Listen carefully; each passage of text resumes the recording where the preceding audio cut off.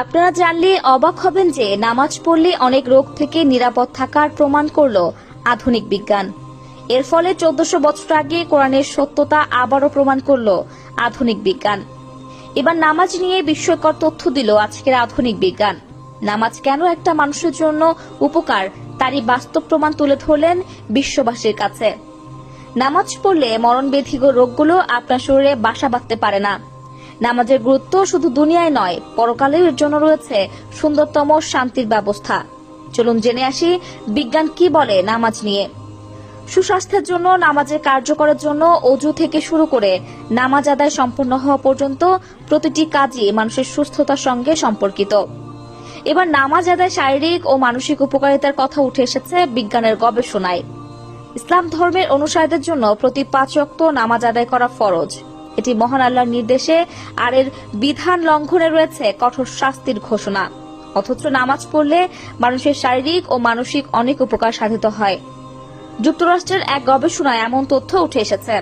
যুক্তরাষ্ট্রের বিম হ্যাম্পটন বিশ্ববিদ্যালয়ের একদল গবেষক জানিয়েছেন, নিয়মিত 5 ওয়াক্ত নামাজ পড়লে সুস্থ থাকা যায়। নামাজ পড়ার মাধ্যমে মানুষ শারীরিকভাবে সুস্থ থাকতে পারে।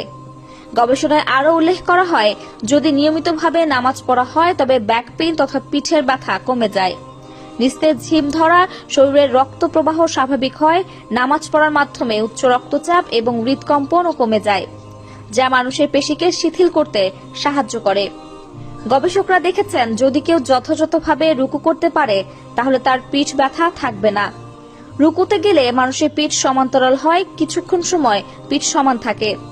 নামাজের রুকু আদায় করার মাধ্যমে পিঠ, পায়ের উরু এবং ঘাড়ের পেশিগুলো সম্পূর্ণভাবে সম্প্রসারিত হয়। রক্ত প্রবাহ যথাযথভাবে চলতে থাকে। শরীরের উপরের অংশে রক্তের প্রবাহ স্বাভাবিকভাবে মাত্রা ফিরে আসে। সেজদা সম্পর্কে গবেষকরা জানান, মানুষ যখন সেজদায় যায় তখন শরীরের সব হাড়ের জোড়াগুলো নমনীয় হয়। হাড়ের উপর যে চাপ পড়ে তা স্বাভাবিক ও শীতল হয়। সেজদার জন্য জমিনে মাথা রাখার কারণে মস্তিষ্কে রক্ত সঞ্চালন স্বাভাবিক হয়, উচ্চ রক্তচাপ কমে যায়। ধীরে স্থিরভাবে সেজদা আদায়ের মাধ্যমে মস্তিষ্কের কার্যকারিতা বেড়ে যাওয়ার পাশাপাশি শরীরের ভারসাম্য ফিরে আসে। শ্বাস প্রশ্বাসে স্বাভাবিক গতি ফিরে আসায় মানুষ স্বস্তি লাভ করে। সুস্বাস্থ্য অসুস্থতার জন্য নামাজ অনেক উপকারী। এই নামাজের মাধ্যমেই মানুষ আল্লাহর সন্তুষ্টি লাভ করে। কর্মক্ষম উজ্জীবিত মানসিকতা লাভে নামাজ আল্লাহর এক মহানিয়ামত, বান্দার জন্য অন্যতম রহমত বটে। তাই তো আল্লাহ তাআলা মানুষকে সার্বিকভাবে উজ্জীবিত করতে নামাজের প্রতি গুরুত্ব আরোপ করেছেন, আর তা না পড়লে শাস্তির বিধানও রেখেছেন। ইমাম যখন কোরআন তিলাওয়াত করে তখন মুক্তাদিরা গভীর মনোযোগের সঙ্গে তা শ্রবণ করে। এই তেলাওয়াত এবং শ্রবণের মাঝখানে একটি বিশেষ রকমের রশি তৈরি হয়। প্রখ্যাত আধ্যাত্মিক বিশারদ লিট পিটার বলেছেন, প্রতিটি শব্দ হচ্ছে একটি ইউনিট। এই ইউনিট থেকে একটি তীব্র আলো বের হয়। সেই আলো পজিটিভ এবং নেগেটিভ হয়ে থাকে। কোরআনের উচ্চারিত প্রতিটি শব্দই পজিটিভ।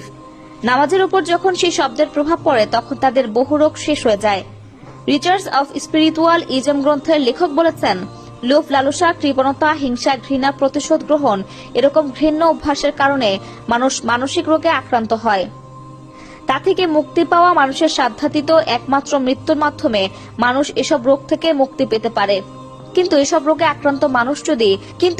আক্রান্ত মানুষ যদি খুশু খুজুর সংখ্যের নামাজ আদায় করতে শুরু করে তবে শীঘ্রই এসব রোগ থেকে মুক্তি লাভ করতে সক্ষম হবে। প্রখ্যাত সমাজবিজ্ঞানী ভাইস অ্যাডমিরাল তার রচিত আজ বড় মূর্তি ভয়েস গ্রন্থে বলেছেন, নামাজের বিনয় ও নম্রতা নামাজের অংশ নয়, বরং এসব হচ্ছে শান্তির অংশ। তিনি আরো বলেছেন, কেউ যদি আধ্যাত্মিকতার শীর্ষে উন্নত হতে চায় তবে তার প্রতি আমার পরামর্শ হচ্ছে, নামাজ পড়ো, নামাজ পড়ো, নামাজ পড়ো।